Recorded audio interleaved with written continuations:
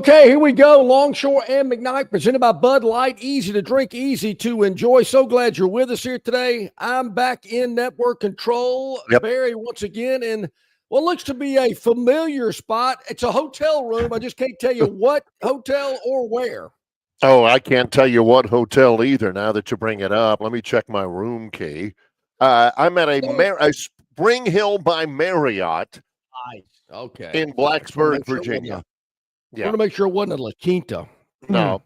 We haven't stayed in a La Quinta. We haven't gotten to that point. Yeah, I'm in Blacksburg, Virginia. It is my we have been on the road for a week, and we still have about 5 days left to go here. Troy will play baseball against Virginia Tech tomorrow night. We drove over yesterday from Norfolk, Virginia, through a ton of rain, and it's cold up here. Oh, wow, yeah. Got in position, though. Ate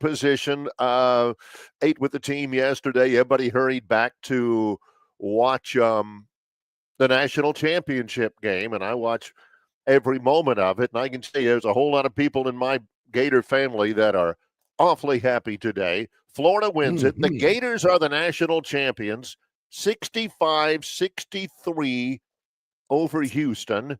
And I got to tell you, from everything that I saw, and, with all of my preferences and all of my beliefs and everything like that, that's probably what needed to happen. Florida, to me, looked consistently like the best team out there the whole tournament, really, when you get down to it. I'm with you there, Barry. I think so. Florida impressed me. I didn't really notice them early in the year. We talked a lot about how I thought Auburn was so dominant way back in November.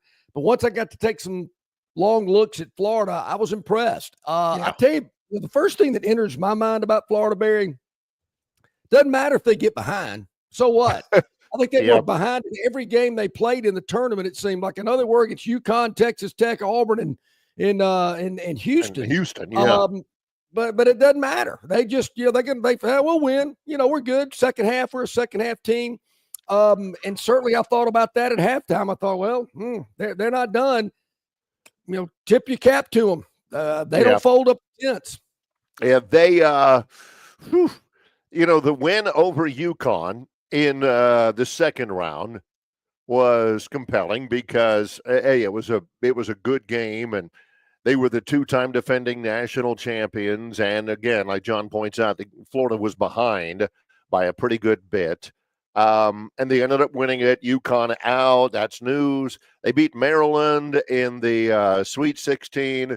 Then that elite game against Texas Tech, there's no way they should have won that game. I mean, let me put it this way. There's no way Texas Tech should have lost that game. But Florida, mad comeback at the end. They win it. And then they're off and running. They beat Auburn, which, they deserve to win that game. Again, they were behind 9 in the second half against Auburn, against a really good older team. And they persevered, and they won that one. And, of course, then they beat Houston last night, and they were behind by a lot in that game at one point. What was it about Florida? I mean, they had a good combination of older players and younger players. I thought their coaching was really good. We heard over and over and over again about how Todd Golden was the protege of Bruce Pearl. Bruce hired him as a GA or something in college and all this kind of stuff. Well, Bruce Pearl's a terrific coach. I thought Todd Golden was the best coach in the tournament, especially with what John's talking about. Just stay in the course. Hey, everybody, we're all right. We're okay. We're okay. We just do what we do, and we'll be fine. And they were. And they deserved it. Like I said, a lot of times you have teams out there and thinking, man, they had a miracle shot at the end, or somebody on the other team, their best player was hurt, and they caught a break there. Florida didn't catch any breaks. They got the best from everybody, and yet they win the national championship. And what is that, Billy Donovan back-to-back? Was that in the 90s? Early 2000s? No, that was the early 2000s. And those were some of those great teams with Joakim Noah and Al Horford and Corey Brewer. I mean, those were really good teams.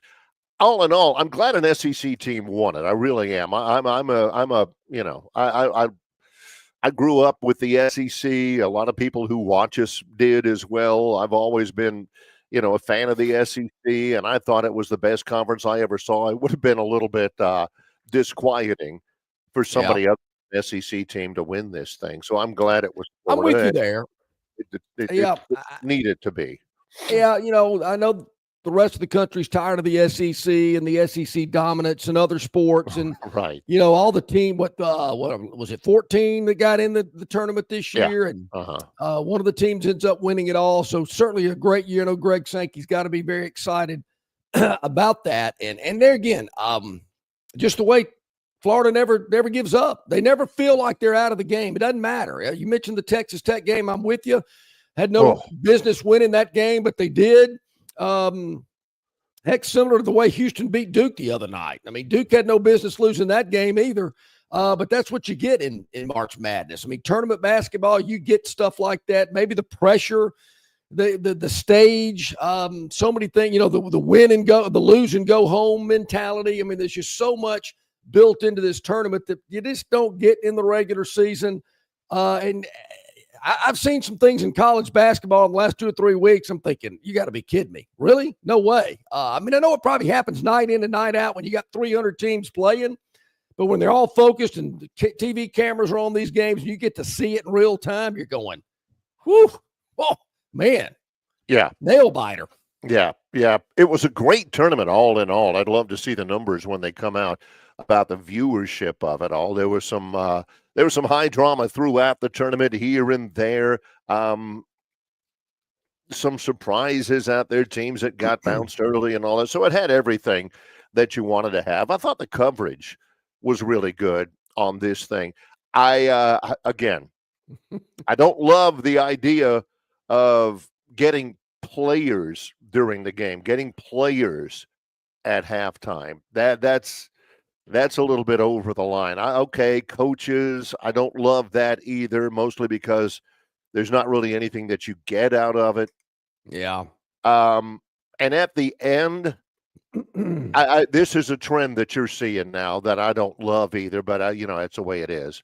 Poor old Tracy Wolfson, she's out there. She's got questions to ask. She asks good questions.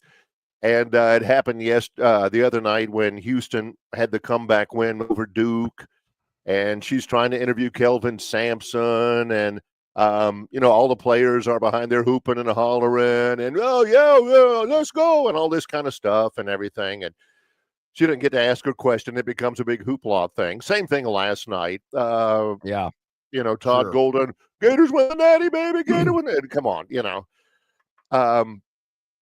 I don't know if everybody likes that on TV, but I kind of would like to have talked a little more with Walter Clayton, or, seen what Will Richard had to say or anything, instead of all the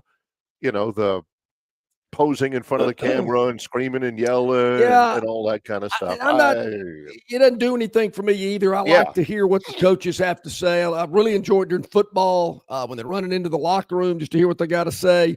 But I think maybe the non-sports guy or the non-sports media guy or gal, I think they like that. Oh, look at the excitement. Look at those people jumping up and down behind the coach. Look at them, pouring whatever their Gatorade on top of each other and blah, blah, blah. I guess, that makes good TV, makes good theater, and people, oh, look at that. I've seen it. I've been seen that movie before. I want to hear what the guy's got to say, but, I guess we're in the minority.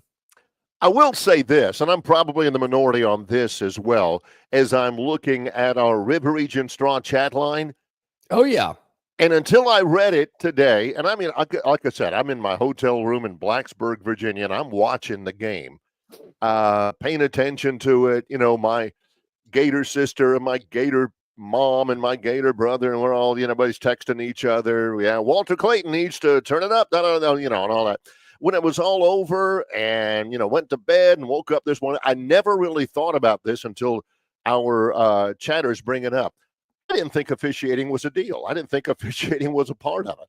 I never would have thought about it, but, we're hearing from, some of the guys out there. Of course, we do get a chat about Dory Funk Jr. having an autobiography. Guess who that came from? Oh, yeah. Dennis up early today. Yep. Kirk said the officiating last night was terrible. 2 different halves for sure. Way offsides. Jeff says, agreed, Kirk. Nothing called first half, then fouls every possession of the second half. I didn't think officiating was a factor. Look, the way Houston plays, especially. I've watched Houston with my own eyes, and they're physical, big time physical. Florida got physical as well. And they called a lot of stuff in the second half because there was a lot of physicality going on, a lot of it. So I didn't think that was a problem. Yeah, and wouldn't you imagine in a game like that, it's going to get a little physical? The game was tight. Right. It wasn't a blowout. So these guys are scrapping and pushing and doing everything they can. There again, I like a game a little more physical. Barry, I think the foul against Cooper Flagg on that free throw late in the game was terrible. Bogus. That was bogus. You are right about that. I'm shocked they called it on such a marquee player. At that point of the game, Joe Schmo, if that's Joe Schmo, maybe they call it, but not this kid who I thought, really? Yeah. And that's the problem. There's just, was that a foul? Was it not? I mean, to me, I've seen a lot worse fouls before that were not called. But why then at that point in the game? And look, I've never officiated a college basketball game, so I can't speak for it. It does happen very, very fast. You got to make very quick decisions. Did you see it? Did you think you saw it? All this kind of stuff. I don't know. I guess if I ever got the chance to be an official, I would lean more to the let them play mentality, right? Than thinking there was a foul. So, I get that. But last night, particularly in the second half, hey, man, this is for all the marbles. You got to let these guys play. I did think, Bama Greg brings up, Casino Greg brings up something I thought as well. Florida got teed up for a guy getting upset at himself and slamming the ball to the floor.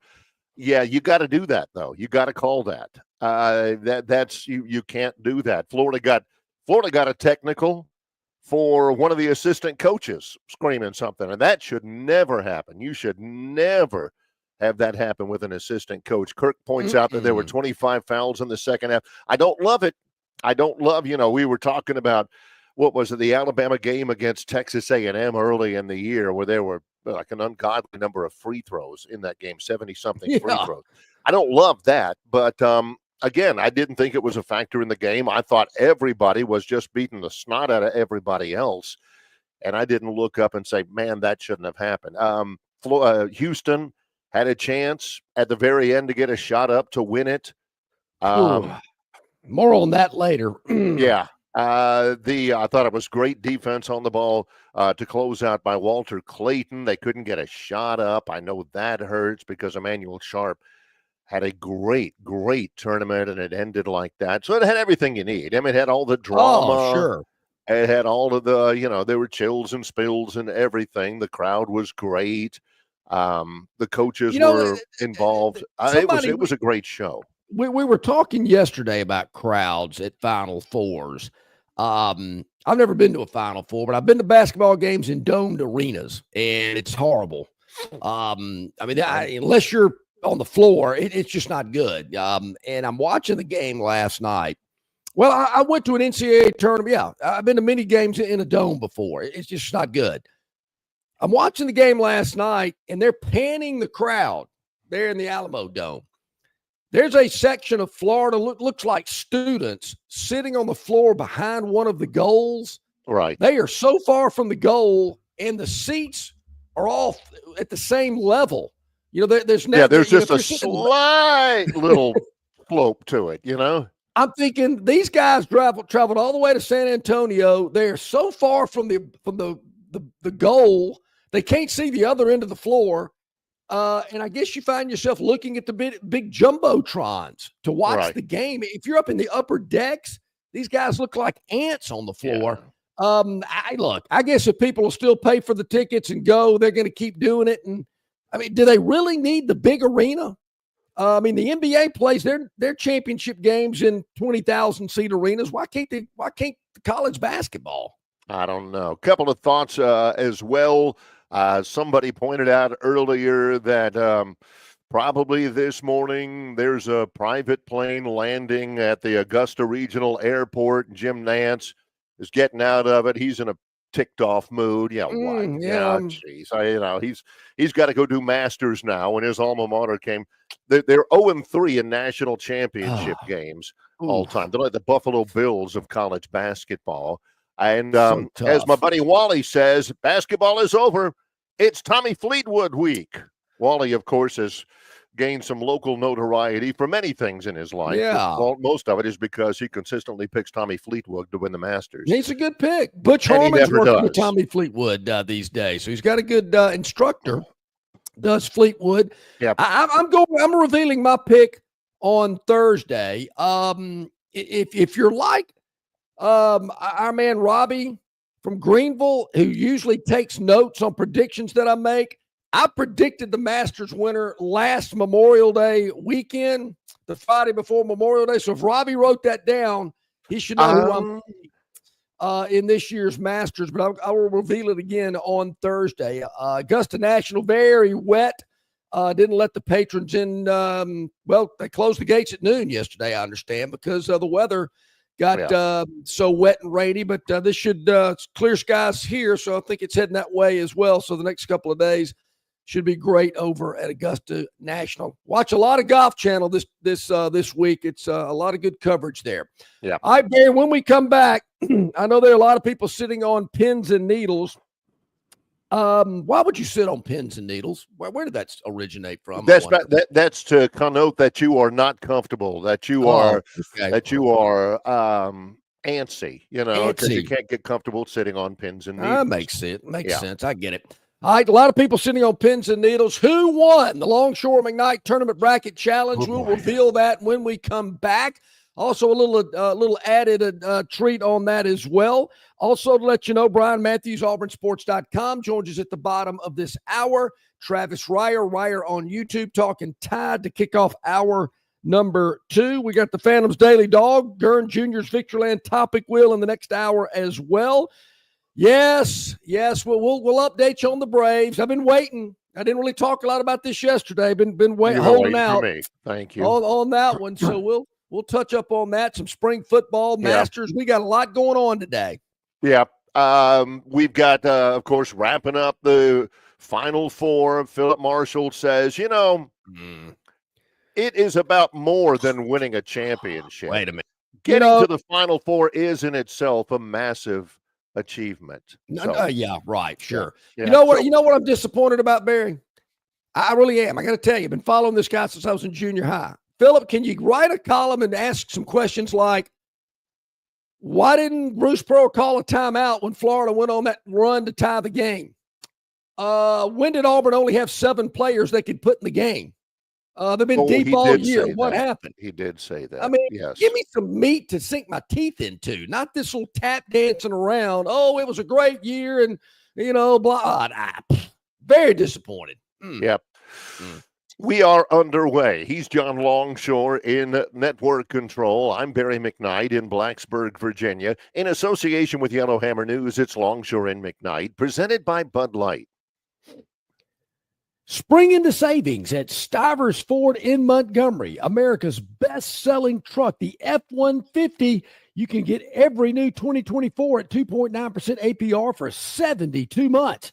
How about an F-150 Lightning up to $15,000 off plus 0% for 75 months?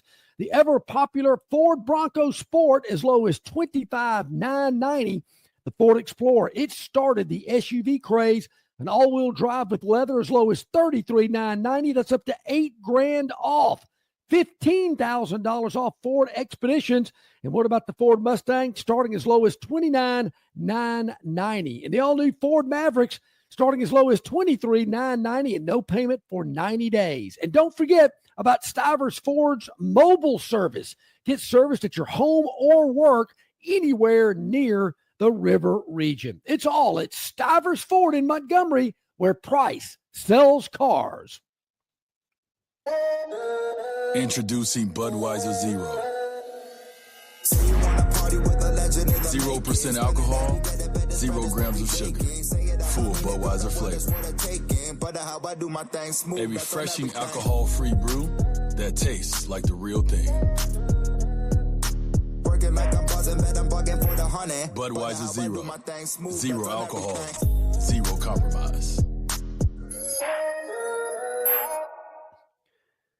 Dixie Electric Plumbing and Air rallies for you.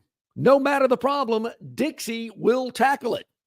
Their licensed and trusted electricians, plumbers, air and garage door technicians are ready to win for you. From toilets to garbage disposals, circuit breakers to HVAC systems, Dixie never fumbles. Don't throw away your hard-earned money on second-string contracting companies. Score big with Dixie. After all, they are your biggest fan.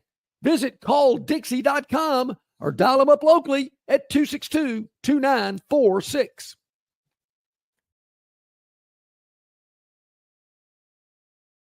Okay, ready to go here. 21 minutes past the hour on this Tuesday. As I mentioned, wow, the sun's shining today, Barry. I hadn't seen the sun since Saturday night or Saturday afternoon, and we've had a lot of rain here in the central Alabama area. I think it might be moving up your way, maybe getting out of there later today as well. So we need to dry out just a little bit.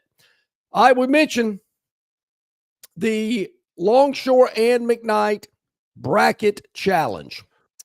Man, what a challenge! I'm looking, Barry, at the official statistics. We're final. We're final. If you want to back me up on this, because there are a lot of numbers and matrix and analytics and bleeping and blinking and buzzing and lights and shining. That's from Airplane 2. William Shatner. As I see it, as I see it, Barry, with a total of 160 points. Am I reading this correctly? Or excuse me, a total of 174 points. Picking Florida as his champion, which the Gators did.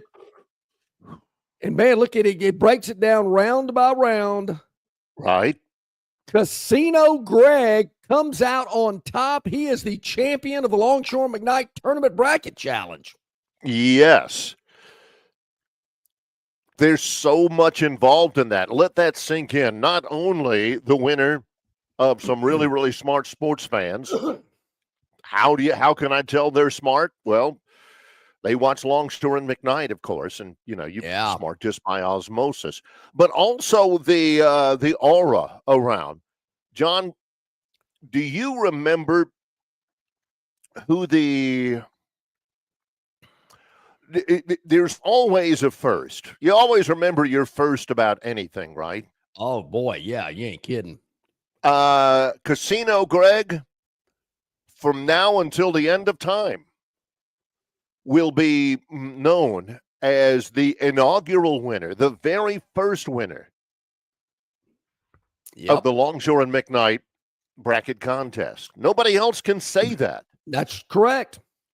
That is amazing. Numero uno. First one ever. I mean, I know it's a difficult moment for Chuck J88, who finished second. Ooh. I do want to recognize, Barry, the only difference between Chuck J88 and Casino Greg's card, if you will. Chuck J88 had some stumbles in the first round. Right. And that was the difference. Everything else, they were pretty much matched up head to head in total number of points. But Casino Greg had 2 more points in the first round than Chuck J88 did. And that was what took him over the top to win it all. Looking at a lot of names that I'm familiar with. Thanks so much for everybody that got in on the tournament. Range Pro, I think he finished in the top 10. He finished in the 10th spot. Way to go, Range Pro. Good job for him. Bob from Pike Road finished 21st. Judge noted basketball aficionado. Yeah. Oh, yeah. You better believe it. Oh, yeah. So, yeah, we had a lot of folks we know here, a lot of people entered. We really, really appreciate that. We're going to get Casino Greg to email, if he would, just email longshoreandmcknight@gmail.com. That's longshoreandmcknight@gmail.com. And Greg will get back in touch with you, let you know how we can get your travel voucher to you. We got a couple of questions we need to ask you just to verify that it's you. Questions that only you would know. So we will, you email us longshoreandmcknight@gmail.com, longshoreandmcknight@gmail.com, Casino Greg, and we'll hook you up with your prize. Thanks again to everybody that got in. Really, really appreciate that. We had just very, very pleased with the number of fans, participants that we had get in on that. And we'll do it again. Very popular. People love it. People like it. Give Greg a hand there. Casino there you Greg. go. There you go. Do you ever think down in history, for years and years and years after that fateful summer day in 1969, when they had a reunion of the Apollo 11, and everybody wants to get pictures of Neil Armstrong. Yeah. And Buzz Aldrin sitting over there thinking, man, I was on the moon too. Yeah, no but kidding. Armstrong was the first. Nobody remembers. Everybody remembers the national championship for Auburn in 1957. Oh, what? And they people, the 2010 championship. I mean, it was nice, but it was the second one. Yeah. Casino Greg, the very first ever to win the Longshore and McKnight bracket contest. Let me clarify something real quick. I see how you tried to slip that by. That was actually Auburn's first full national championship. I mean, and nobody remembers the circumstances of the second or anything like that. But they think back to that very first one in 1957, and they remember all of the magic moments and some of the compelling players and stuff. There's you never forget your first. And that's Casino Greg. Much congratulations way to go, Greg. to him. Yes. You think Greg's going to Vegas? I mean, I'm just curious where he's going to use his travel voucher. A lot of great, easy connections to Vegas out of MGM, Greg. I mean, you can go to Atlanta on a Delta, or you can go on American through Dallas, whatever's more convenient for you. You can check the times. We'll give you all the information on that when we touch base. I just got to think Greg's going to Vegas. I mean, he can go first class on that. I mean, why not? What makes you think Casino Greg is thinking about going to Vegas? I gotta. Yeah, I don't know. That's my first. He just checked in. He said, "Vegas, here I come." Yeah, that's what I thought. Now you might get a complimentary upgrade, Greg, because you're the winner. I mean, the perks that come along with winning the Ellen Mack bracket contest, you might, but why chance it? Just go ahead and use that voucher for a first class ticket to Vegas. I mean, you deserve it, my man. You deserve it. Great job. Nice. All right, Bear, I've had some people ask, how did my daughter Lucy do in the ESPN Tournament Bracket Challenge where 24.4 million people entered? Well, Barry, I'll tell you, she did have the Florida Gators to win it all. I remember that. And Saturday night, you talking about nail biters, there is her. That's what ESPN sent her last night after Florida won the game. And you see there above the little Gator logo in the top left section, you see the number 10. She finished in 10th place out of 20.4 million, 9.9 percentile with 1,850 points. 99.9%. She finished ahead of 99.9% of everybody else.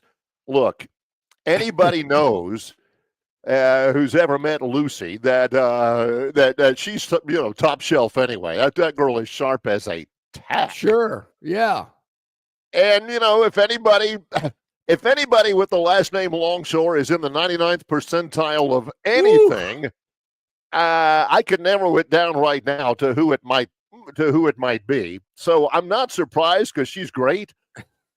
But man, 99.9%. She finished 10th out of 24 million. She did not lose a game after the round of 32. She lost one game in the round of 32, did not lose a game after that. And obviously what happened Saturday night with Auburn, Florida, and Houston and Duke, I mean, you got to be thinking, man, that's pretty good luck. Now, she joined us yesterday on the show, Barry, to give us an update of where she is and what needed to happen. Here's where she made her mistake. And, she did this all on her own. She didn't ask me for a bit of advice. Which is why she okay, yeah. Yeah, no kidding. Probably why she finished 10th. She had the tiebreaker was the total number of points in the game. Right. And she revealed that yesterday on the show, and I shook my head, and she went, "What? What happened?" I said, "Honey, unless they go to 4 overtimes, there's not going to be 182 points scored in that game." Oh, Lucy. There actually was 128. Ooh. So, yeah, she missed on the tiebreaker because obviously there were people that also had Florida ahead of her as well. But I'll say this. I said it yesterday. I'm just an opinion. Don't know it. But I got to think of the 24.4 million that entered that contest. She has got the highest finish at number 10 than anybody else in the state of Alabama. And if that's not true, I want to meet that person. I want to know who's got a better bracket than my daughter in that contest is above finishing in 10th place. I'm just throwing that out there. If you know anybody, I'd like to meet that actually boggles my mind that she did that. Holy smokes. I've never met anybody who finished in the top million of the ESPN contest, and she finished 10th. Unbelievable. They were out in Birmingham watching the games, and she said, I got this kind of fan base building up because it kind of spreads around. This girl's like in 14th place, and she's about to win this contest. Duke, comes back. Houston comes back and beats Duke. She said the place went crazy for her. That's awesome. That's awesome. Unbelievable. Congratulations to her. Very impressive. When we come back, a visit scheduled with Bryan Matthews, auburnsports.com. Lots still to get to on this edition of the show. In association with Yellowhammer News, it's Longshore and McKnight, presented by Bud Light. Here we are at Marguerite's Exquisite Jewelry. Our friend, everybody's friend, Mary Ann is with us. Mary Ann, April is a special month, even more special at Marguerite's. Definitely. Okay, so it's the first of the month, Barry. What's that birthstone? It's a diamond, right? Yes. Winner. It's easy to remember because with April comes baseball season, baseball diamond. We've got Diamond Month here at Marguerite's, and it is a great time. We are having Diamond Month to really emphasize all the great diamonds we have in stock. We're doing crazy specials on natural as well as lab created diamonds with solitaire specials starting out at, this is crazy to believe, $500 for a lab created diamond solitaire. That's insane. Like a 1 carat inner ring. We have diamond studs, diamond tennis necklaces, tennis bracelets. Everything with our diamonds are going to be unmatched, unparalleled prices. And loose stones, again, maybe because it is baseball season and you're watching all of those games that you need to give a little extra something, or that girlfriend that you've been dating for a while needs to get an engagement ring. Well, now is definitely the time to do it because our loose diamonds are on special. Yeah, if you are thinking about an engagement, here's a pro tip. That may be Marianne's favorite thing to do at Marguerite's is to help the guys make sure their odds are good with a beautiful diamond for that loved one that they're going to pop the question to, right? Most definitely. It's great to help. We love helping you. The hardest thing you have to do is walk through the door. Next thing, honestly, you just say, I need to get engaged, or between the two of us or the rest of these listeners, I can tell when a guy walks through. They kind of just have that look and they're just walking slow and looking around. And I'm like, need an engagement ring? And they just shake their head. I take it from there. Just get some ideas. White gold, yellow gold, diamonds. We have Guys, it's not hard. Honestly, just walk through the door. We can help you. Yeah, it's not intimidating at all. They have people who would love to help, especially in Diamond Month in April in Marguerite. Yes. Marianne, as always, it's so great to talk with you. What are the hours of operation? Sure. We're open 7 days a week in the Pepper Tree Shopping Center, 10 to 5:30, Monday through Friday, 10 to 5 on Saturday, and noon to 5 on Sunday. Marguerite's Exquisite Jewelry, Pepper Tree Center, next to Chappie's Deli, 8163 Vaughn Road in Montgomery. Thanks very much, Marianne. Great to see you. Great to see you, too.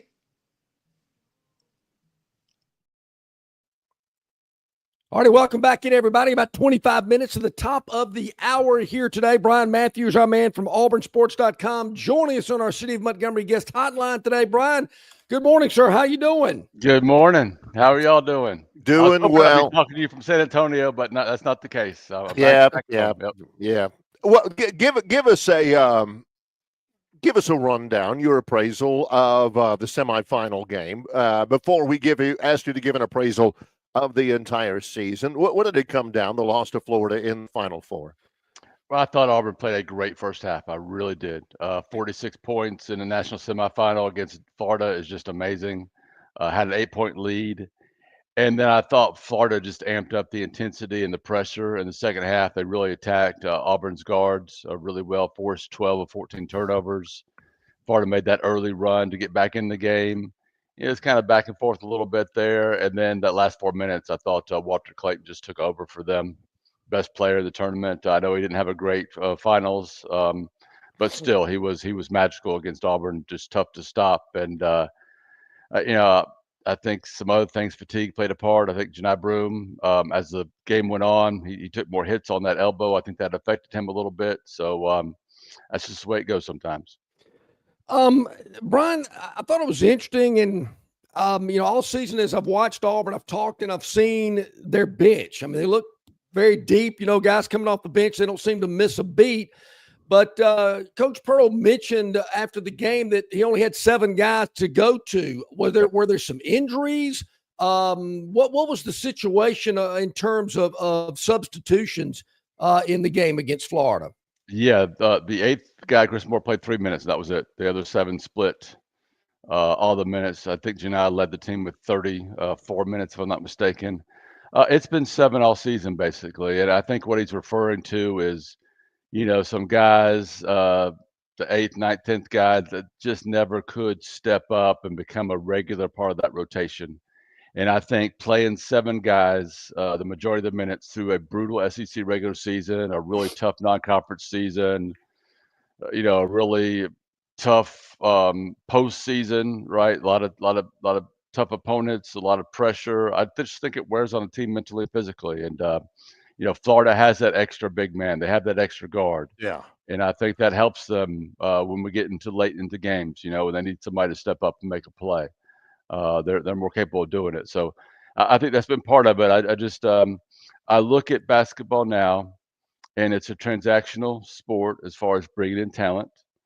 And you have to assign the right price to the right player at the right time. Right. And Auburn hit it like out of the park with those 7 guys. They really did. They just couldn't quite get it right with 8th, 9th, or 10th. They just couldn't quite get the right guy in to make that little bit of a difference. And I think that's going to happen to some teams every year. So now that it's over, how should history in the minds of Auburn fans consider this team and this season? I think they should be really proud. I think this is the best Auburn team in the history of Auburn basketball. They had a wonderful season in a season that was loaded with some really great teams, one of the best Final Fours in the history of the sport. Janai Broome will go down as one of the best players in Auburn history. Just being here 3 years, set several school records. I just think they should be really proud of this team. The second Final Four in the history of the school. I've lost count of how many SEC championships Pearl's won in his 11 years, but just really an amazing job by all those players. And one thing I loved the most about this team covering it is there were so many guys that started out their careers at smaller schools and just work their way up through their hard work, their effort, and their drive. And I think that's sort of what defined this team. And of course, Dylan Cardwell becoming Auburn's all-time winnings player, being such a great leader for this team. I mean, it just had all those pieces. Yeah, Chad Baker Mazzara came from JUCO. Denver Jones came from Florida International. Of course, Broom came from Morehead State. Yep. They are not they were not just blind swings to get those guys, This was not, golly, let's get this kid because he's available. I know he's from FIU, but maybe he'll work out. They're shopping, and you mentioned they're comparison shopping. They're looking at price, and they're finding guys who are dudes out there. Yep. Chaney Johnson, UAH. Yep. Yeah, that's a talent that Coach Pearl has and that staff has as well. And it comes with a lot of work and a lot of beating the bushes, right? Right. You've got to. I don't know where Auburn's budget for their basketball team compares to everybody else, but I know it's not, top. It's probably not in the top 10. So that they did a great job doing evaluations. They got several players that would stick around for 2 or 3 years and get better in the program. John Broom got much better from year 1 to year 2. Denver Jones got much better. Chaney Johnson improved tremendously.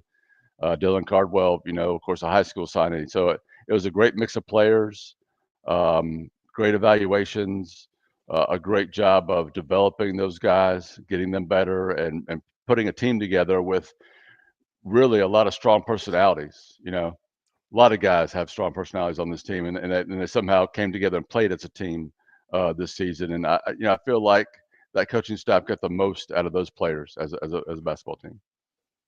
So what does next year look like? What needs to happen next year? It's building a brand new team. It really is. We don't know exactly who is coming back yet. I think there's a pretty decent chance Ty Pettiford comes back, but he is going to test the waters in the NBA. I think that's something Bruce Pearl likes for his players to do. He likes for them to get that experience, and you never know what's going to happen.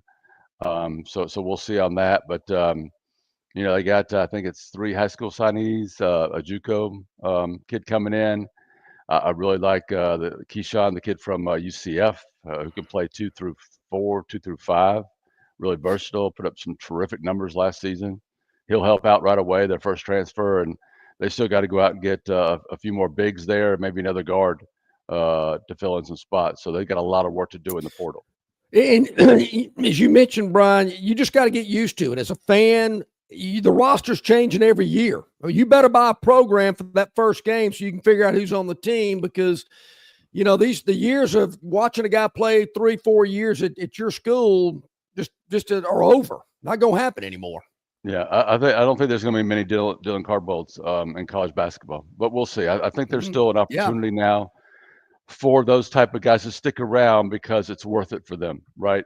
They're not going to get the big NBA payday, but they can get an advanced degree maybe. They can get a nice living. They can help out their family, do a lot of things by staying in college. So I think there's an opportunity for that if you find the right guy, the guy that's good enough to be a really good college player, but maybe not quite good enough to take that next step to the NBA right away. So it's all about evaluating and trying to make the right choice. It's not easy, but it'll be interesting. I'm sure they will go after more players that have the potential to be around for 2 or 3 years, right? I think that's something they feel like really worked for them with these guys, and they'll probably want to try to repeat that. Bryan Matthews is with us, auburnsports.com. There's still it's a much, much smaller minority than it used to be, but there's still some Auburn fans out there who are waiting to us to get done talking about basketball so you can tell us what happened at Big Cat Weekend. I have no idea.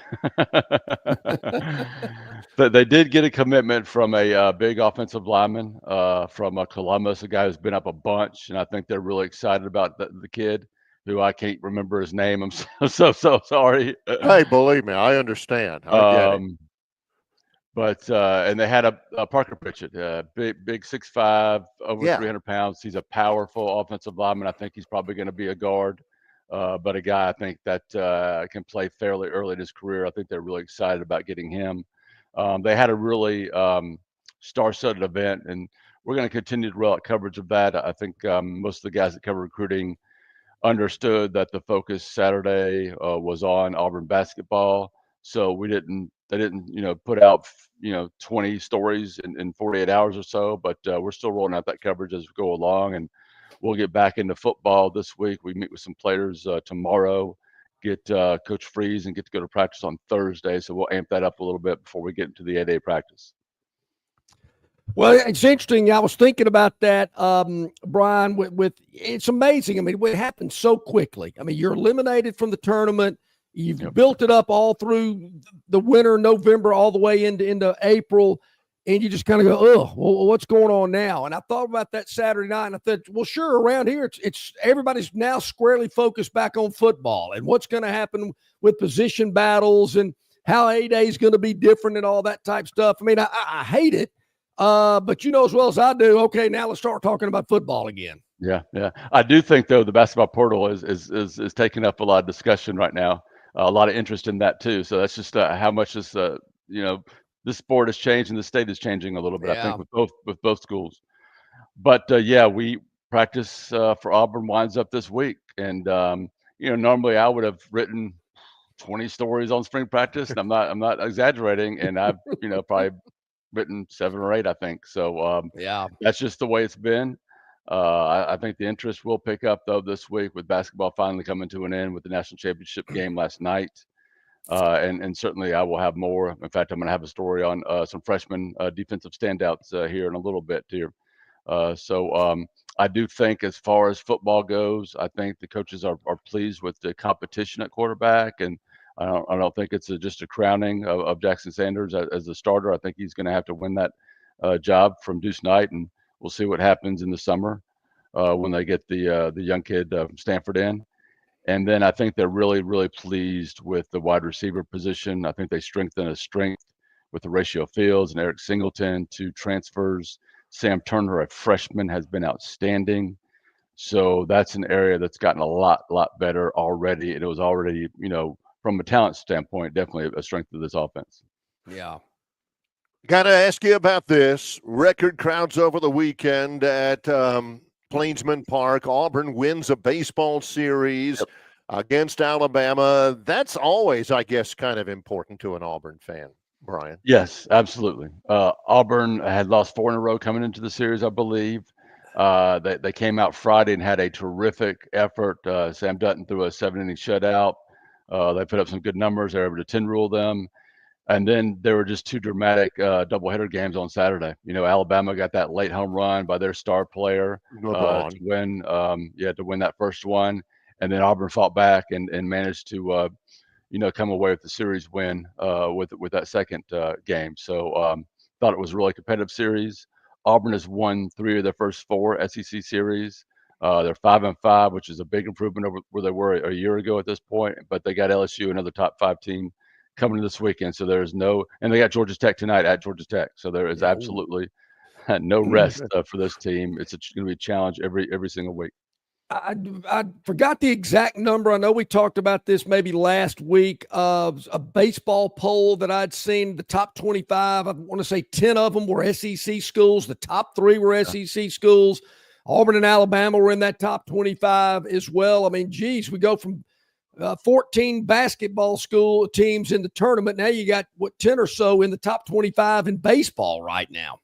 It's incredible, the SEC. It really is. You bring in schools like Oklahoma and Texas, which are incredible baseball teams, programs. So, you have to be on top of your game every single weekend, or there's a chance you're going to get beat pretty bad. Oh. And, Auburn, they went to, where was it? I can't even remember now.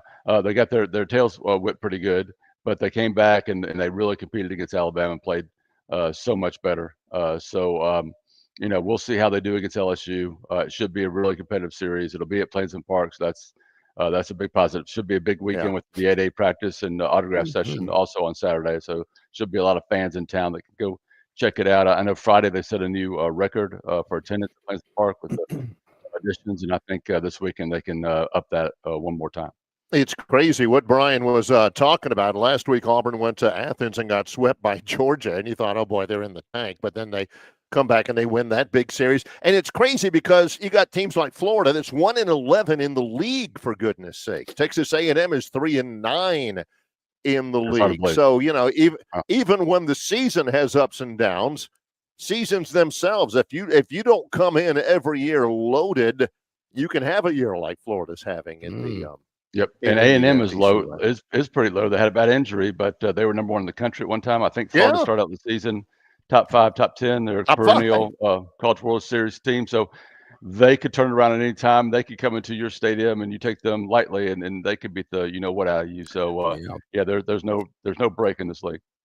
One final question here. I know your head is spinning with all of the different things going on elsewhere, but can you give the fans an idea of what A-Day will look like? What the actual in the stadium deal is going to be? Yeah, so it's going to be just a short practice, 1 hour. Before that, they're going to have a alumni flag football game at 11, Tiger Walk 11:30, and then the game, our practice, is going to be from 12 to 1, and then afterwards I have autograph sessions. So, I don't know that you're going to see a whole lot. Probably see some position drills, some 11-11, maybe some 7-on-7, but I think this is the end of A-Days and spring games. I don't know if they'll continue to have practices or they'll just drop the whole thing entirely. But I think coaches are just so against it and so against it being televised that this is a push nationally to sort of bring this to an end. But it'll be good to be back in Jordan-Hare Stadium and see the guys out there, and we'll provide full coverage.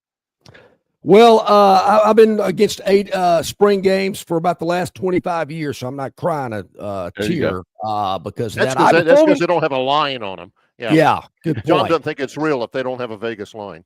So, Bryan, we got to talk because you feature one of my favorite bands of all time. Too. I've seen them several times. One of the few things John and I agree with.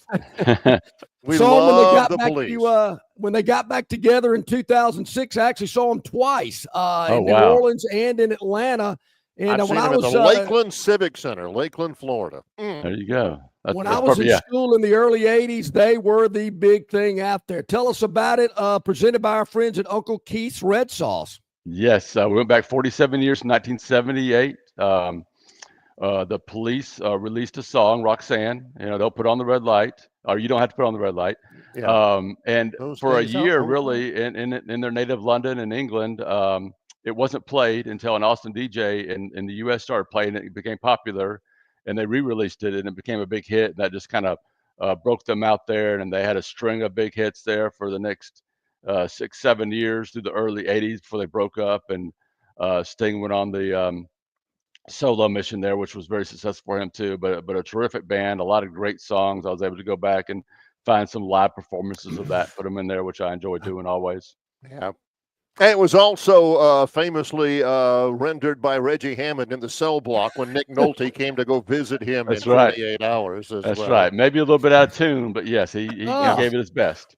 Yeah, Uncle Keith's Red Sauce brings it all to you. Uncle Keith's. Hey, it's great during the spring now when you're out at the beach or you're having seafood at the house or anything. Uncle Keith's Red Sauce is a key to success. It really is, and you can find at Publix, Piggly Wiggly, Renfro's statewide. You can order online, 15% off by using BMAT15. Delicious. Throw it on top of your favorite vegetable or meat, or put it in a bowl and get some chips and use it as salsa. It is wonderful, fresh. It's made right here, an Alabama business right here in the state of Alabama. So you're supporting homemade business here when you buy Uncle Keith's Red Sauce. It's delicious, no doubt about it. And Bryan, later this summer when we got a little bit more time and we're kind of reminiscing, I'll tell you my brush with greatness with Sting. Oh my gosh! Oh, I can't wait to hear that. I can't believe that you have spent more than 5 minutes of your life in conversation with John Longshore and haven't heard about his brush with greatness with Sting. Always great to talk with you. AuburnSports.com. Still so many things going on. How do people subscribe? Yeah, I appreciate it. Sign up right online, and we'll have tons of coverage of recruiting, Big Cat, basketball portaling, A-Day, whatever that's going to be, spring practice, you name it, we'll have it there, auburnsports.com. Come check us out. You can follow me on socials at BMATAU. Excellent stuff. Brian, always appreciate it. Thank you. Appreciate you guys. Take care. Yeah, take care. Yeah, you too. Great content always from Bryan Matthews, auburnsports.com. A lot happening with Auburn Athletics, and they're on top of it. So check it out, auburnsports.com, Bryan Matthews. Where do you get lyrics like, and her brother's going to kill me, and he's 6'10"? I had to explain to my son one time on that very same song, I can't stand losing you from the sting from early. And, my LP records, and they're all scratched. What's an LP record? What does scratching got to do with it? Anyway, well, Bryan Matthews joins us. We're still a few minutes away. Travis Reier on YouTube will join us as well. In association with Yellowhammer News, it's Longshore and McKnight, presented by Bud Light.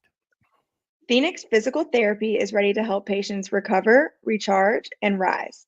They develop a customized therapy plan for each patient to get them back to enjoying their favorite activities.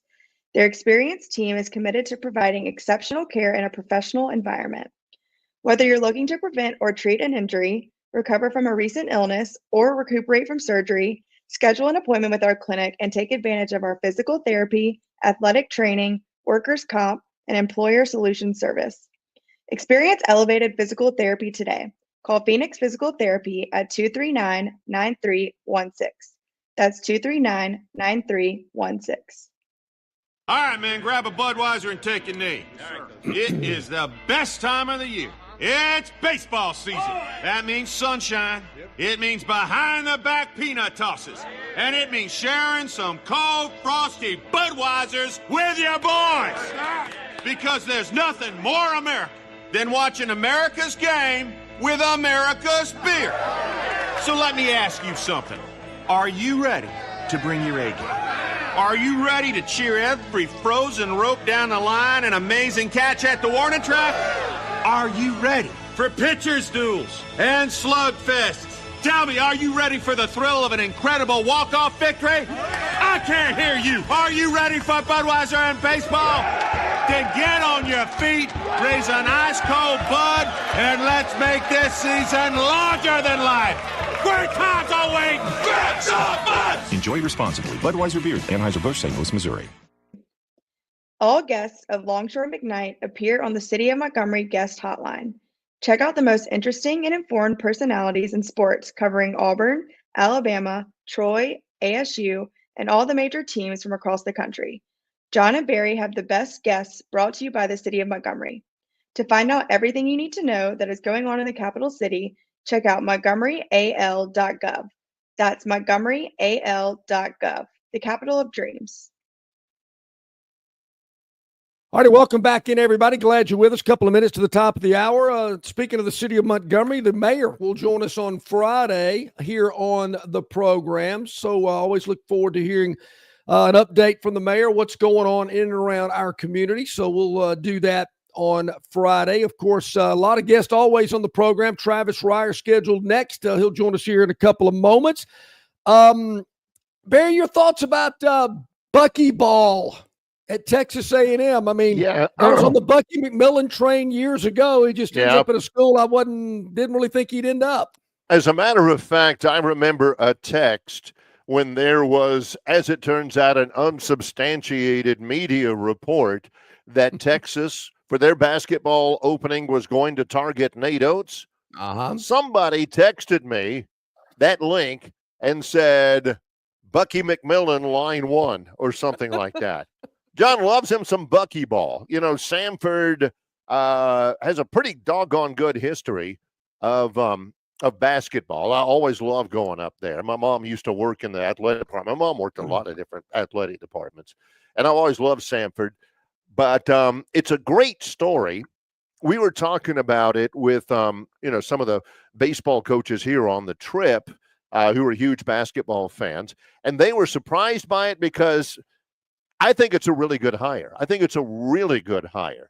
But the fans, if you read the Texas Ags message boards and stuff with our guy Mark Passwaters, they ain't happy about it. Whoa. They don't like it, John. And you know why?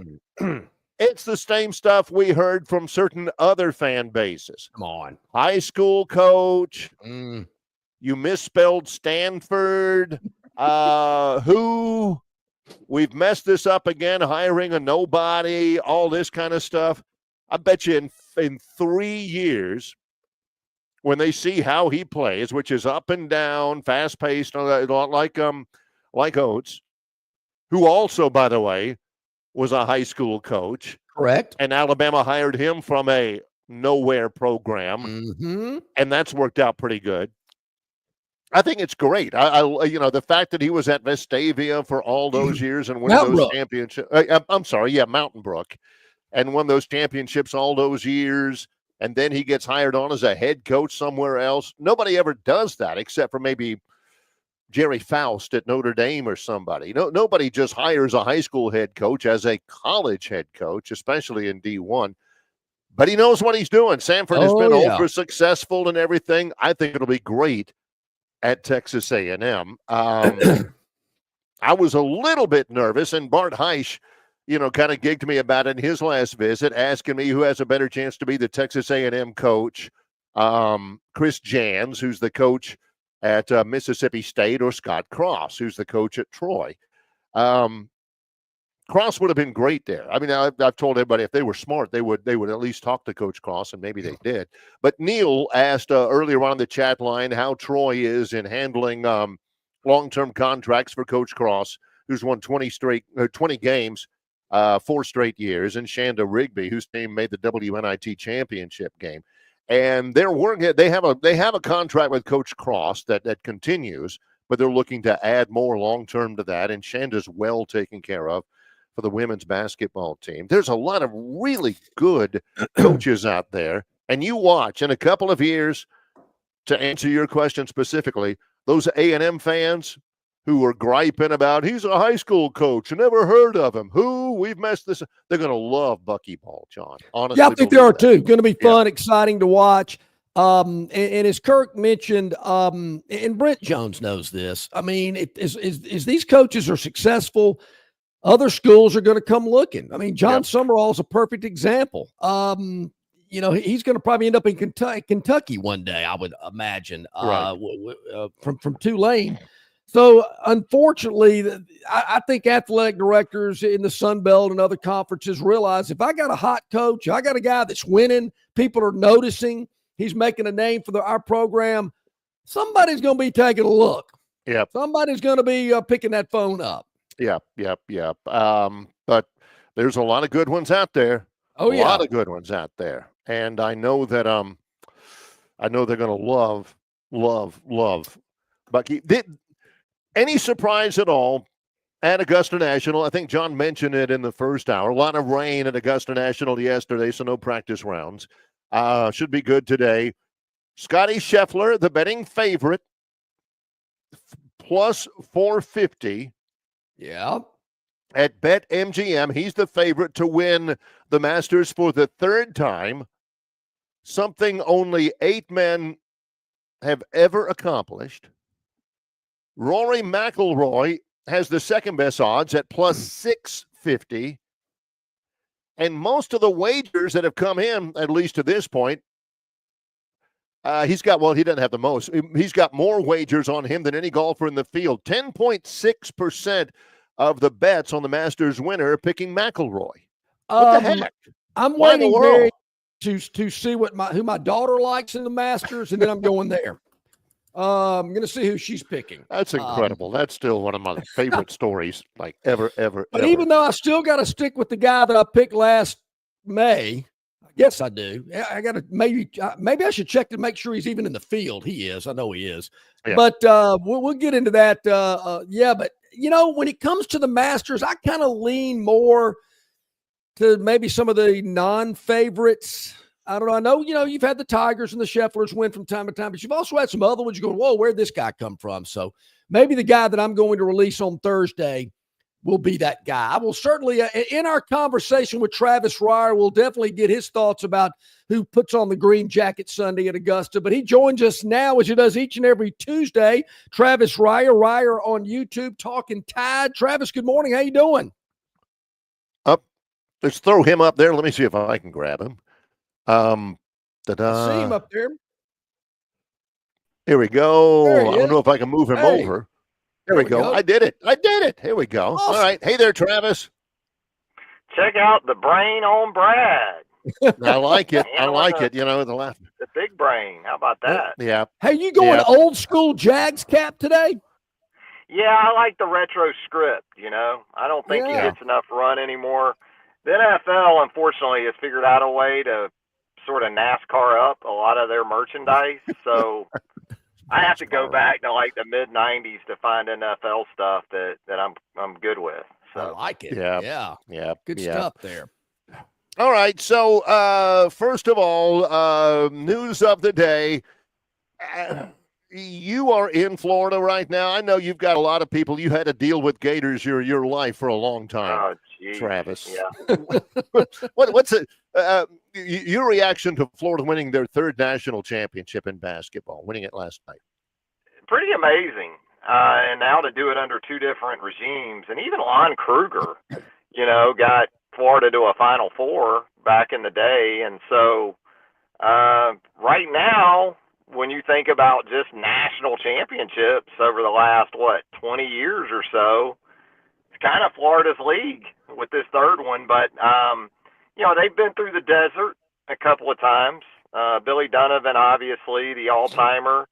But, you know, they went through it, you know, in the previous years before Todd Golden, very mediocre. And then, but it seems like when Florida's good, man, they're really, really good. Now, they went out in the first round last year, so I don't think a lot of people saw this coming. I really liked their team last year. It was kind of an unexpected disappointment in the tournament, but knowing they were bringing Walter Clayton Jr. back, Martin coming in, they had the pieces to be a Final Four team. I felt that way back in the offseason, but I didn't see them winning at all. I think ultimately Florida kind of turned out to be the team we thought Alabama was going to be. Wow, it's interesting. I hadn't thought about that. I hadn't thought about that. You know, the thing, Travis, that just to me is amazing about this Florida team, really more in postseason, is they never got rattled. I mean, they're behind against UConn, Texas Tech, Auburn, Houston, and you just never felt that they had thrown the towel in. I mean, they were in some dire straits, but they found a way to come back and win. Incredibly impressive to me how they just didn't fall apart and were able to get the W. And they weren't style exclusive, right? I mean, if you wanted to play a rock fight in the 60s, they beat Houston at Houston's own game last night. And it's painful enough for Houston to lose like it did, but defense and toughness in that final minute, it was the orange and blue. It was Florida on the floor for a loose ball as time expired.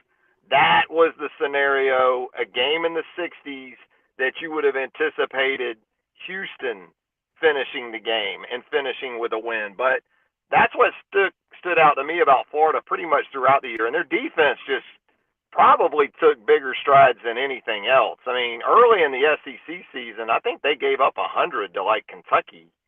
But then over the last 6 weeks of the season, it's like they just got better and better on the defensive end, and that kind of carried them last night because their guy, Clayton, for much of that game was not a statistical factor in terms of his shooting, but even he, bought into the defensive end. He was big on that final possession defensively. So kudos to Todd Golden. That was a team that, again, want to play in the 90s, can do it. You want to play in the 60s, can do it. And they've got guys like Condon that you look at his stat line after the semifinal and the final, and you go, wow, rough couple of nights for that guy. But he is still huge to what they do. Defensively, his willingness to contest every shot, his willingness to go after 50-50 balls the way he does, he's the kind of guy you need to have on your team.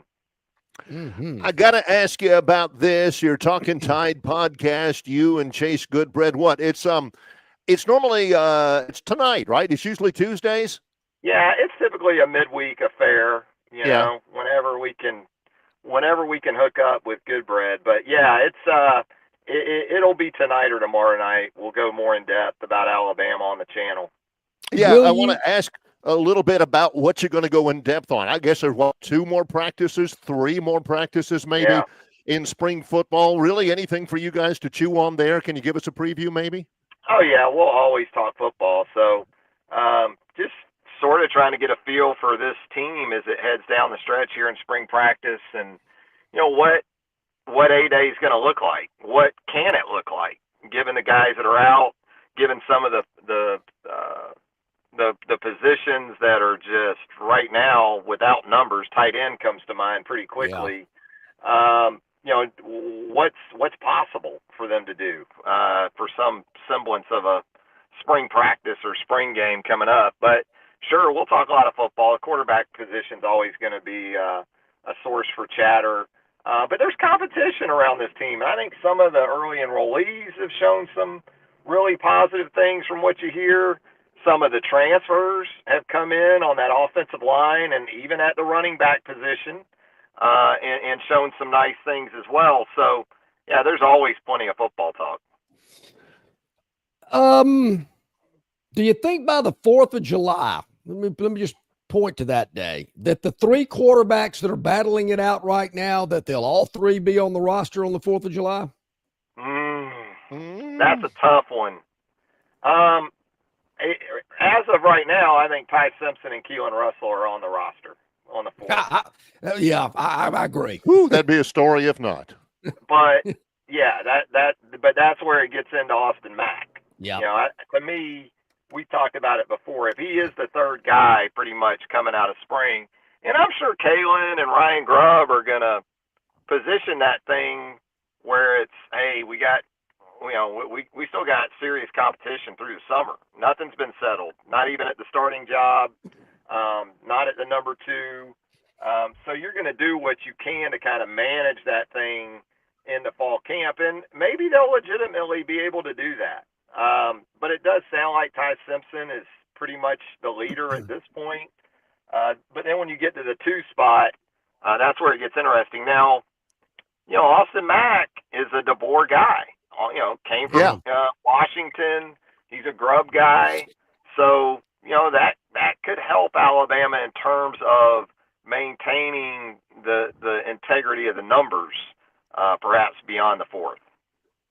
I got to ask you about this. I would almost virtually guarantee that none of our viewers, none of our listeners, none of our chatters over here could tell you the first thing about Finland. Except that Alabama may have a left tackle from Finland that'll be a starter at the beginning of the year. Is that even possible, Travis? Finland? Yeah, they've had defensive tackles from Australia, so yeah. I guess anything's possible at this point. They had a punter from Australia. They've had Canadians, as we know.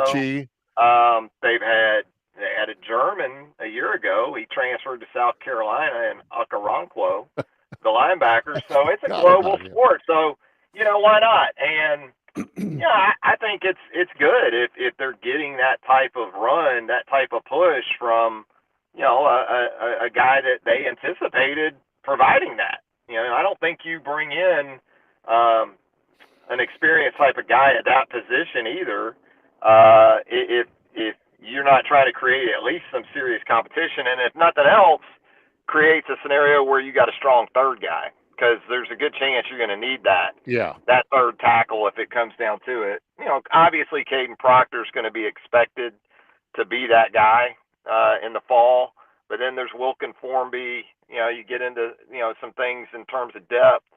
So hey, wherever they're from, you're just happy to have them if they can actually give you legitimate reps in a conference like the SEC. Travis, I certainly don't want to, certainly don't want to compare year 1 to year 2 in the Nick Saban era to what Kalen DeBoer is going through right now entering the year 2. But I got to think things are going to be a little different, a little more settled, a little more his stamp on the program. The players a little more comfortable, a little bit knowing what is expected, and just all of that hullabaloo that you go through with a first-year coach. I got to think this year going into the 2nd season is going to be a lot better. I think fans are going to be happy with what they see. Yeah, there seems to be a real optimism about that. And how many times have we seen it? I think Mark Richt referred to it as the magical year 2 that we've seen for head coaches in the past. And look, this is still a very talented roster and still a really good head coach, I think, in Kalen DeBoer. And he's got more of the band back together in terms of staff this time around. Grubb is in there. Even on the defensive side, I think it feels more settled over there too. So there's no reason to think this isn't a playoff caliber team. Now, the schedule's still going to be a good bit. I mean, when you flip the schedule in the Southeastern Conference and, you get Tennessee coming to you this year, you get Oklahoma coming to you, but boy, South Carolina looks a lot more formidable going to Columbia this time around. You got to go to Auburn. That's always been tough. You do get LSU coming to you, so that's a good thing. But you hate to put too much on an opener. But I think that game in Tallahassee is going to tell us a lot about the potential and maybe the path for this second team under Kalen DeBoer. Yep, I totally agree with you there. I did want to circle back to basketball. Even though Alabama was eliminated in the Final 8, it looks like Nate Oates and this staff didn't wait around. I mean, man, the transfer portal, new additions, they seem to be working hard. Yeah, I just need to get a transfer from Florida, I guess, to hit the trifecta in the Sunshine State. I've already thrown my hat in there for Condon, so I don't know. Maybe they can make that happen. But, I mean, it's interesting to see the just comings and goings now. I mean, Mo Diabate lands at Kentucky, but then you see the imports that Nate's worked to bring in, and they're all guys that kind of fit that style, and also physically, it looks like it's going to be – it was a big team in the 3, 4, and 5 spots last season, but it looks like 1 through 5, it's going to be a bigger team this time around under Nate. Tyler Booker as an NFL draft pick. Yep. Do you like him? Top 10 guy, maybe? No, maybe not. What do you think? I ran my Pro Football Network draft simulator for the Jaguars yesterday, I guess it is. Jaguars. Just totally nerding out. And it's a cool simulator, though, because it offers trades and things like that as you go through the rounds. Yeah. And so I was offered a move back from 5 to 10. The Bears wanted to get up to 5. I went back to 10, picked up a second-round pick next year. Who knows? But I took Tyler Booker for the Jags there at 10. Now, I still think that's a little high for him. But in terms of what the Jags need, they don't need Tyler Booker at 5. I don't think they can go Tyler Booker at 5. But if they go back to 10, 15 range, and for what they talk about being moving forward under Liam Cohen, he would be perfect because they added guard center in free agency, but they need another guard. And they got to run the football. They got to run. I've been screaming it because, look, Trevor Lawrence and good quarterback, but is he a carry the entire load type of guy? No. I've made the comparison of Ryan Tannehill with Trevor Lawrence, and Jaguar fans, oh my God. But if you go look at Ryan Tannehill's numbers with Derrick Henry running the football, it's pretty good. So I think as much as anything, that's the kind of approach, I guess is what I'm saying. And if you want to run the football and you want to talk about physicality, then would be great. Yeah. He'd be great in that spot. It looks like the Pittsburgh Steelers want Jalen Milroe. I understand he was one of the, 10 players invited by the NFL to be there at the draft. There again, I'm no NFL GM, but that surprised me. Yeah, but it just speaks to that new quarterback fever that these teams get, too. And you can almost set the over-under annually at, 4 quarterbacks in the first round? And it doesn't matter the year or the class or what people are saying in January and February. By the time April rolls around, that new quarterback fever infects GMs and probably more so owners. And so, hey, why not first round for Jalen Milroe? I mean, not just first round for some of these guys we've seen of late. We're talking top 5, top 10. Yeah. So Anthony Richardson was a top 5 guy. Anthony Richardson, if you go back and check, I'm pretty sure didn't play anywhere near the number of snaps at Florida that Jalen Milroe played at Alabama. You know, so look, I think it's got to be, and there's more of these, I think, franchises now because of the Eagles, because of the Ravens, that are willing to build with that quarterback, with that skill set, and say, look, you know, this is what we're going to do. The interesting part for me has always been when people talk about Jalen as dual threat, I'm not sure Jalen likes that. I'm not sure Jalen is on board with, yeah, we're going to run you, you know, 10, 15 times a game, even in the NFL. I think Jalen has always liked to view himself as kind of a more traditional quarterback. So if I'm a team that's taking Jalen Milroe in the first round, I got to be really convinced that he's good with that approach, if that's what we're talking about doing.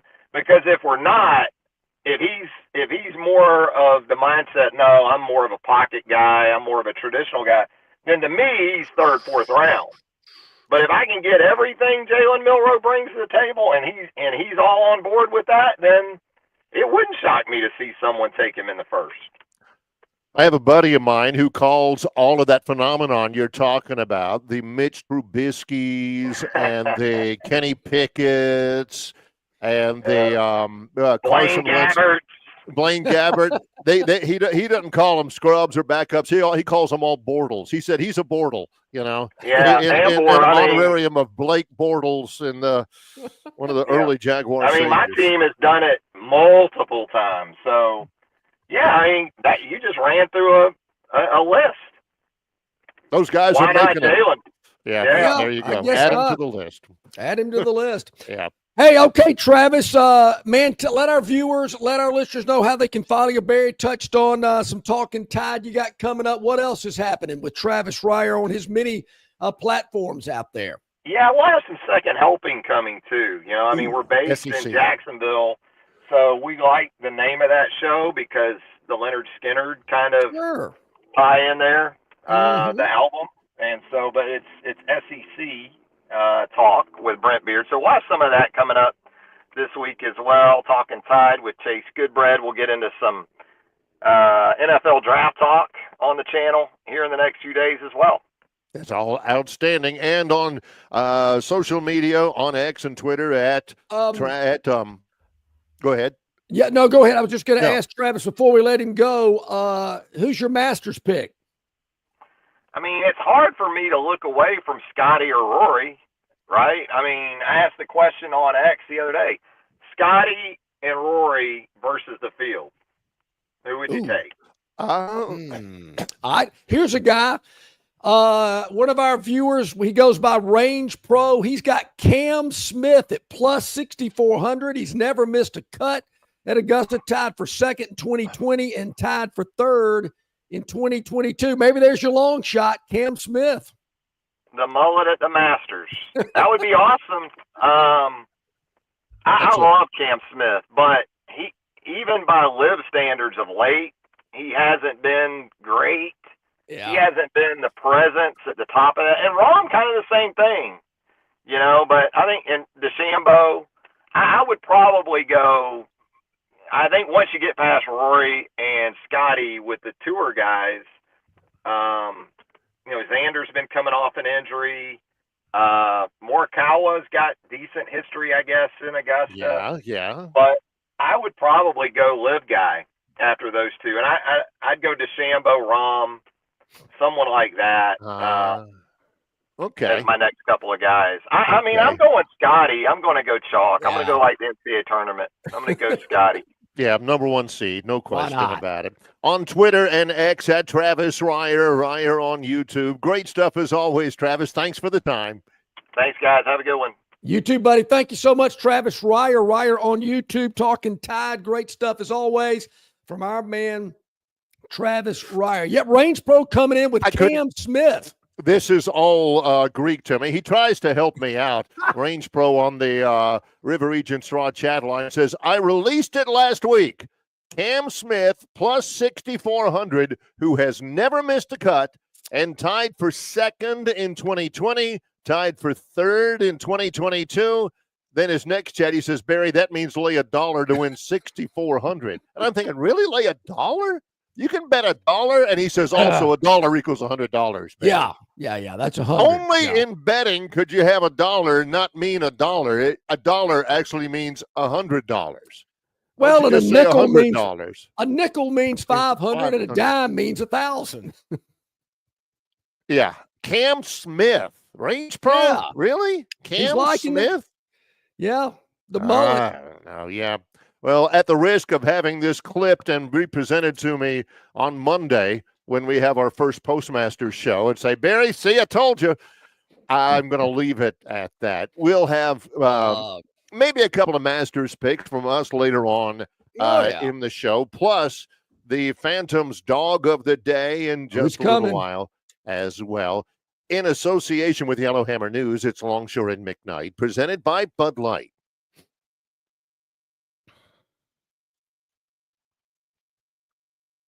I hope so. I hope so. All right, let me check and make sure we're okay.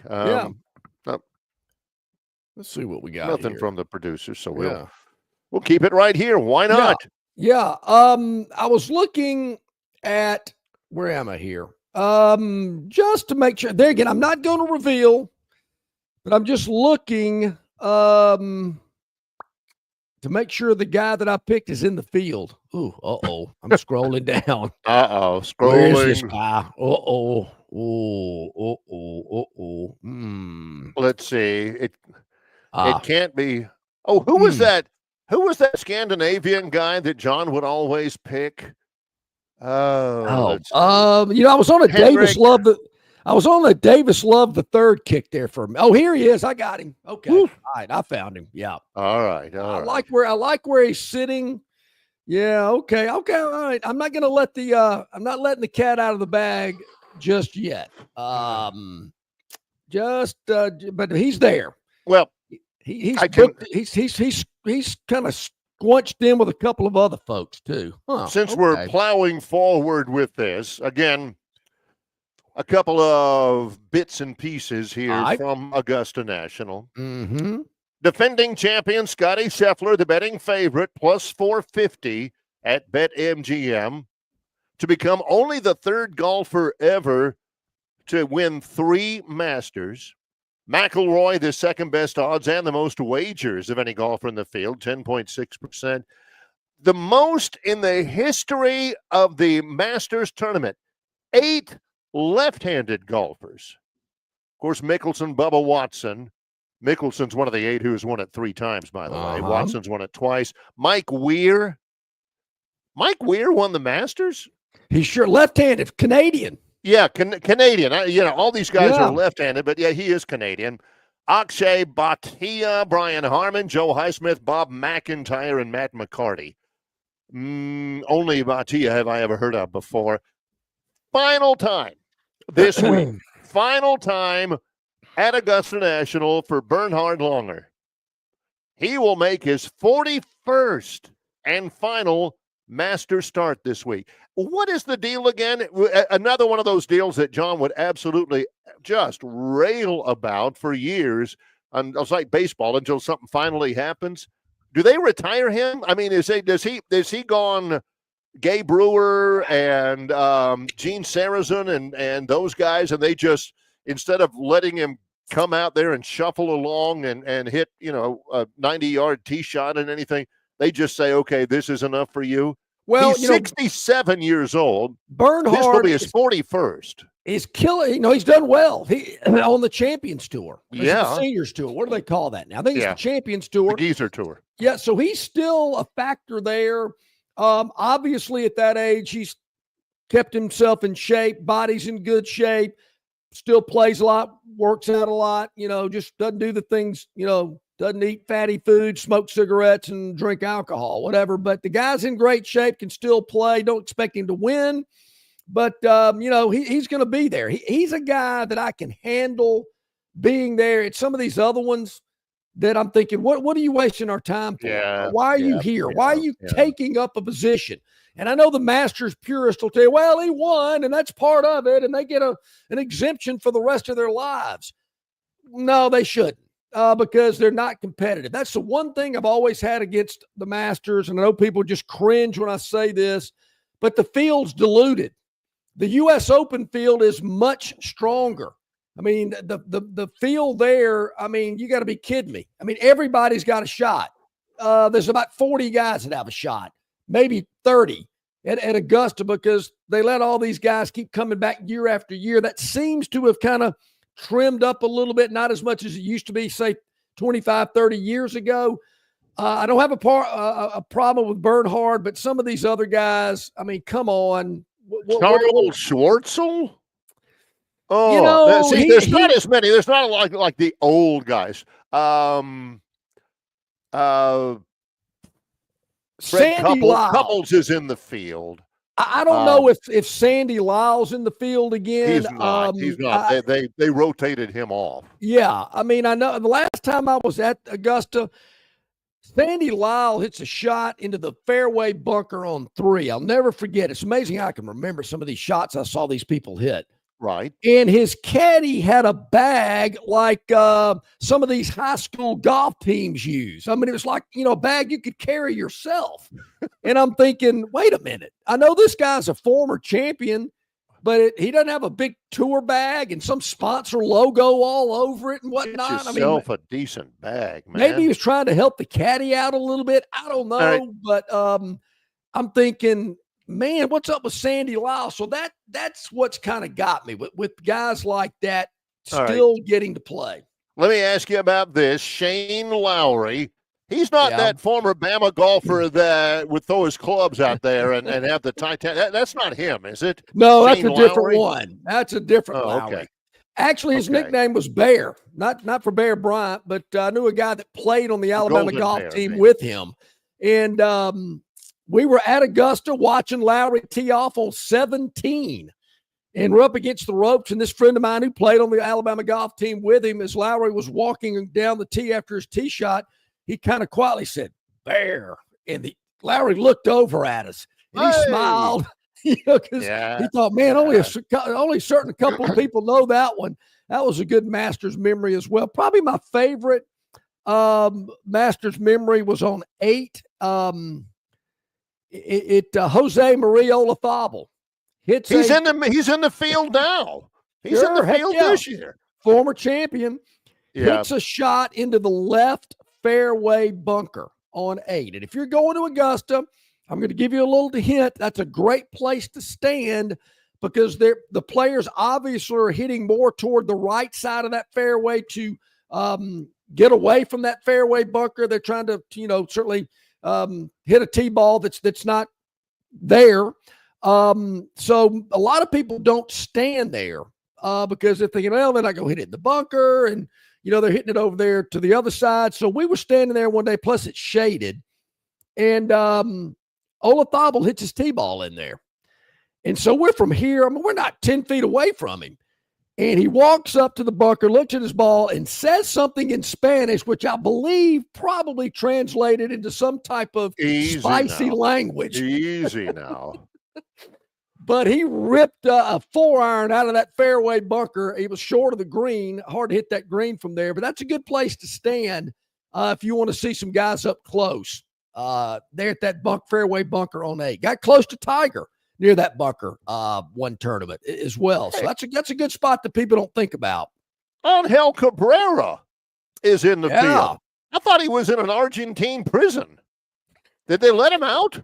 He did get released. He sure did. So he got released in time to go to Augusta National. He won the Masters like 16 years ago. Gets out of the tank in Buenos Aires, and man, he's out ready to go. I wonder how good his game is. I'm surprised, Barry, that the Masters, as hoity-toity as they are, I'm surprised they want an ex-con back. Nothing wrong with being an ex-con. He paid his debt to Argentinian society or whatever like that. We think. But, well, he paid something to somebody, maybe not his debt, but if they're letting some of those guys in, I don't know. Nothing wrong with it, but why not give some of those old geezers an extra chance? He's charismatic. That's a word I like to describe certain golfers on the tour and at Augusta. That Ray Floyd comes to mind. I mean, Fuzzy Zeller. I mean, the Walrus. I mean, some of these guys that are charismatic. Well, charismatic in the sense with Cabrera, in that a lot of people can relate to him. Because if you watch him play, and a lot of people relate to this at their local muni or at their small town country club, you see him the guy ahead of him hits off the tee and everything like that. Right before Cabrera goes to the tee box with his driver, John, he does this. Goes D'Annunzio on him. He'll go and flick it away, and hits his tee shot. They show everybody walking down the fairway with their caddy with them and everything, taking their glove off. He takes his glove off, sticks it in his back pocket, reaches in his other back pocket.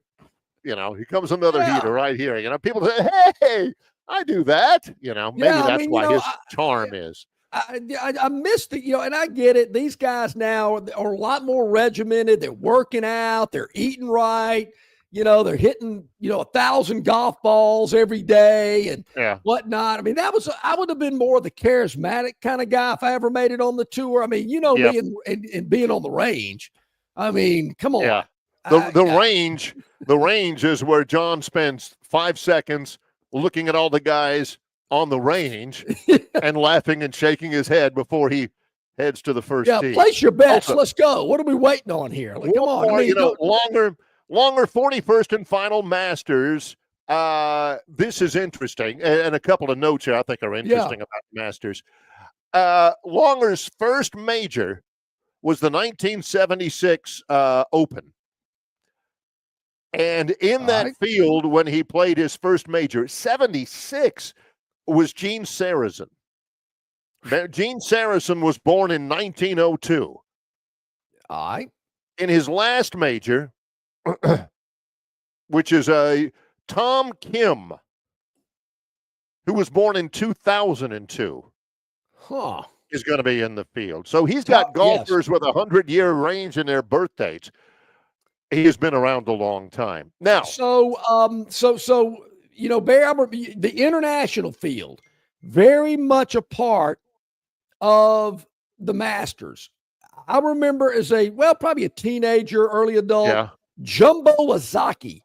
He was in the field every year. He was like the Japanese, Masters champion or won the Japanese league or whatever. Jumbo Ozaki. He was very charismatic. Yeah. He was fun to watch. You got golfers from Sweden and Korea and Spain and South Africa, Argentina. Thank you, Angel. Of course, England and Canada, Australia. Thomas Detries from Belgium, Colombia, Nicolas Echevarria. I mean, they're from Spain, Sergio, Justin Hastings is an amateur. And he's playing in the event. Justin Hastings is from the Cayman Islands. Knowing John's history, really? I bet he's actually done the show one time from the Cayman Islands or something. John gets around down there. Yeah, I don't know if I've ever done the show. I've been to the Cayman Islands a couple of times. Of course Obviously, there's more than one. I know of one golf course in the Cayman Islands, and it's only 9 holes. So I'm going to go back and do a little research today to find out where an 18-hole course is in the Cayman Islands. Justin Hastings, an amateur. Yeah. All right. It's not a very big place. The movie The Firm, we were talking about that with Gene Hackman. He was in it with Tom Cruise. Parts of that movie were filmed in the Cayman Islands.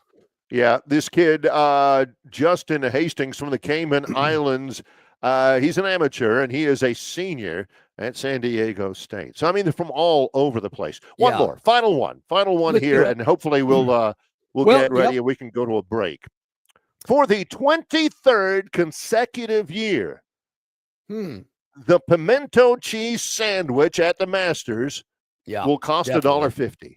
Yeah, sure. $1.50 for a pimento $1.50 cheese sandwich at the Masters for the 23rd consecutive year. Somebody would have to pay me about $15 to eat a pimento cheese sandwich because they are nasty. Oh, you don't know what you're missing. The pimento cheese sandwich back in 1997 cost $1, but if you factor in inflation, the sandwich is actually 50 cents cheaper today in terms of inflation and cost of living and all that than it was in 1997. Number one, how do they do that? Number two, why? They could make, I don't know how much of a killing you can make on pimento cheese, but I thought most of these people are businessmen. They're making it up somewhere else. Oh, they're businessmen. They're luring you in with the cheap concessions for you to enjoy. But I will say that I don't know who the bakery there is in Augusta, the bread company. I don't know if it's John Colonial raves Bread about the bread and the Big Bunny, but they are baking bread 24/7 because obviously the pimento cheese, the egg salad are on white bread. And you can tell that white bread was baked that morning. It is so fluffy and light and soft. And you hit it with that egg salad, it just gets all mushy and melts in your mouth. The bread is key. It is key what they put that pimento cheese and egg salad on. And the Masters Club, same bread. It's unbelievable. Great stuff. All right, Gurn Jr., I understand, is in Greenville this week. Obviously, some issues with their internet down there in Butler County. We're going to get the mayor on that. Find out what Dexter's got going on with the internet down there. Get that thing going. All right. When we get back, the Phantoms Daily Dog, Gurn Jr.'s Victoryland 777 topic wheel. We got to check in on that. And Casino Greg is our winner. He has gotten in touch with us. We'll touch base with Casino Greg later today. And, who loves pimento cheese, by the way. He does like the pimento cheese. So great job for with Casino Greg and everybody else that got in on the contest. Of course, Barry, our bracket tournament bracket challenge was sponsored by our good friends at the Montgomery Regional Airport. Getting better the more you use it. Check it out at flymgm.com. Phoenix Physical Therapy, getting you back in the game is what Phoenix Physical Therapy is all about, with locations throughout central Alabama. River Region Straw, premium long needle pine straw for all of your landscaping needs. Give Kenny a call or text today, 669-5959. He'll get you hooked up for Easter, and your property will look absolutely beautiful when the relatives come by for Sunday lunch. And the Destin Connection Seafood Market, the freshest seafood direct from the Gulf, arriving daily at 3750 Norman Bridge Road. Call ahead. Your order will be ready for pickup, 288-4272, the Destin Connection Seafood Market. He's John Longshore. He's in network control. I'm Barry McKnight in Blacksburg, Virginia. In association with Yellowhammer News, it's Longshore and McKnight, presented by Bud Light. Spring into savings at Stivers Ford in Montgomery, America's best-selling truck, the F-150. You can get every new 2024 at 2.9% APR for 72 months. How about an F-150 Lightning up to $15,000 off plus 0% for 75 months? The ever-popular Ford Bronco Sport as low as $25,990. The Ford Explorer, it started the SUV craze. An all-wheel drive with leather as low as $33,990. That's up to $8,000 off. $15,000 off Ford Expeditions. And what about the Ford Mustang? Starting as low as $29,990. And the all-new Ford Mavericks starting as low as $23,990 and no payment for 90 days. And don't forget about Stivers Ford's mobile service. Get serviced at your home or work anywhere near the river region. It's all at Stivers Ford in Montgomery, where price sells cars. Hey, this is Barry McKnight from Longshore and McKnight, telling you about our friends at River Region Straw. You're not buying sticks or stems and pine cones. You're buying premium long needle pine straw from River Region Straw. Kenny and his staff have access to the best pine straw in the River Region, full of color, that'll last all season long. They've got locations in Montgomery, Prattville, and Auburn, and no order is too big or too small. From a few bales to an 18-wheeler trailer load, River Region Straw also has seasoned firewood for the cold days and nights ahead. Pickup is available, and your order can be delivered if you like. They can even spread your pine straw if that's what you want to have happen, for sure. Call or text Kenny today, 669-5959. That's 669-5959 for all of your pine straw and firewood needs at River Region Straw. Why Hands? At Hands Heating and Air, you get this area's highest ranked service provider with 24-hour repair service, no overtime charges, and their same-day service guarantee. Plus, instead of other companies' 30-day repair warranty, Hands gives you a 3-year repair warranty. Hands Heating and Air is here for you 24/7, 365. And service is not just something they do, it's their way of operating, for you in mind. All of Hands employees are trained to adhere to this standard. They work hard to ensure that this standard is maintained, and they are constantly looking for new ways to better serve you. Call Hands Heating and Air today at 508-5382. That's 508-5382, or find them on the web at 834hands.com.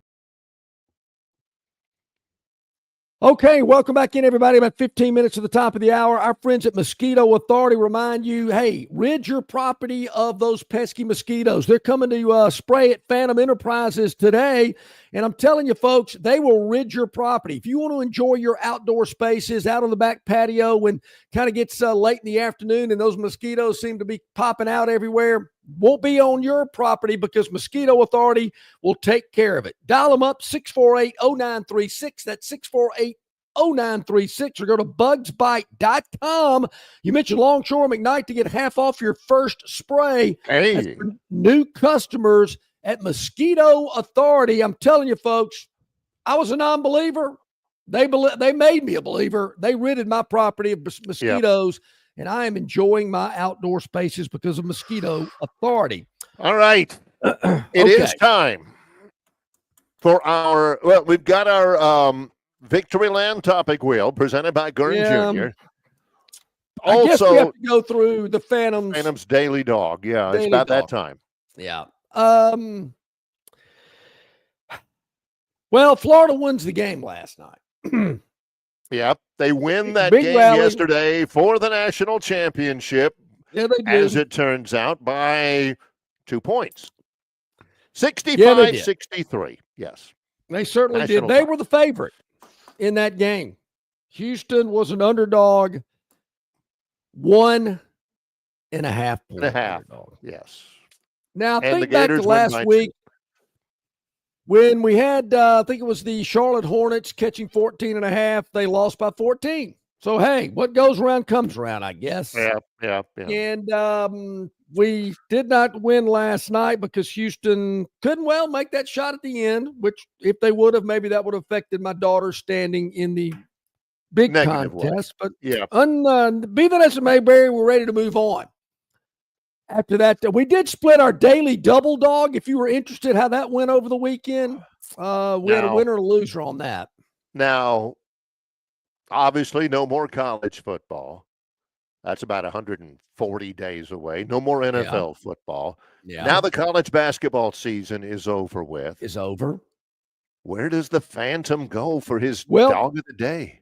We got a lot of NBA action left. We got a lot of baseball, UFL. We're going to get into that as well. We're kind of feeling that out a little bit as well, Barry. But tonight we got a game at 6 o'clock that we're going to look at. This game takes place down in Orlando, where the Magic host the Atlanta Hawks. These, of course, are both in the same.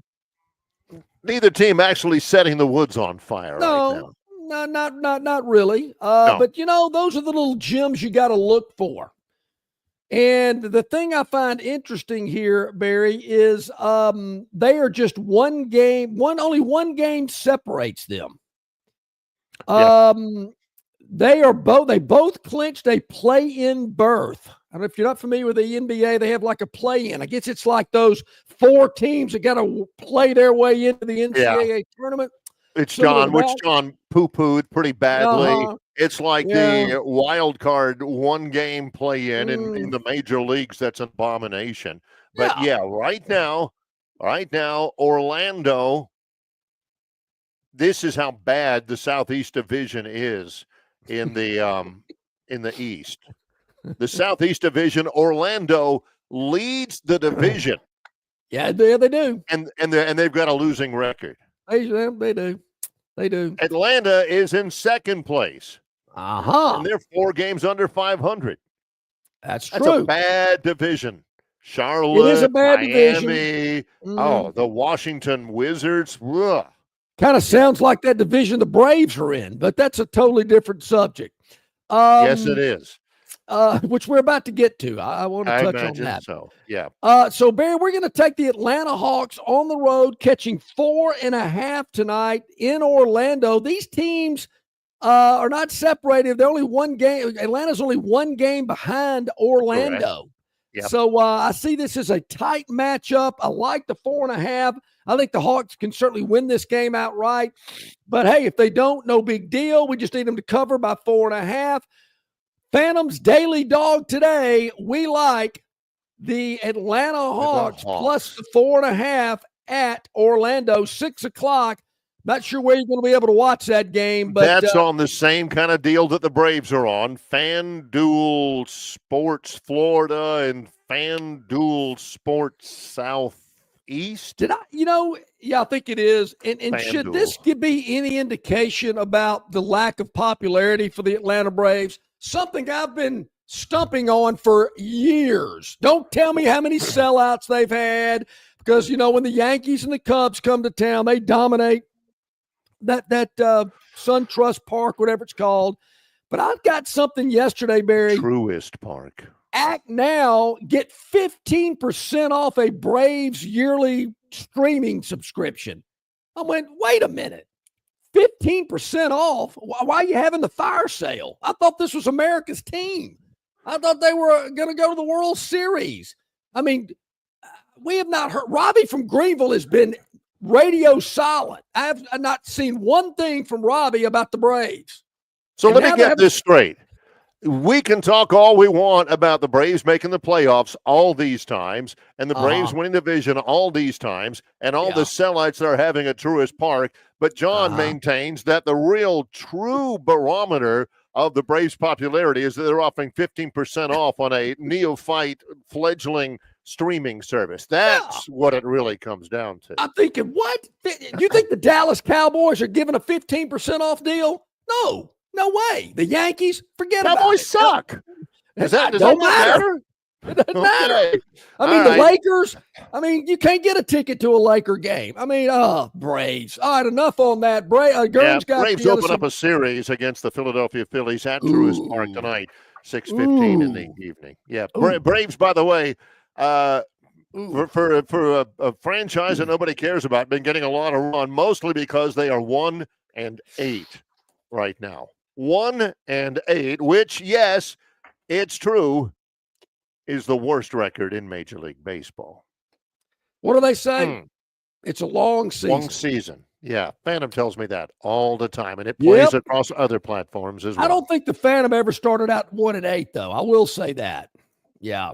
Okay. Casino Greg says 15% off to watch this dumpster fire? No way. It's funny, man, what topics get Mal going, and I knew that it wouldn't be long before we heard from Mal. Yeah, we've already mentioned one of America's teams, the Cowboys. Mal says, America's team, yet they say they don't have enough money to compete with the big boys. Nothing but excuses for choking. Mal is fat and happy at the top of the heap, like some fans from other sports entities, because they get all the good players. And everybody else can just, something about the hind on a boar hog or something like that. Anyway, all right, let's go. Let's go see what we got.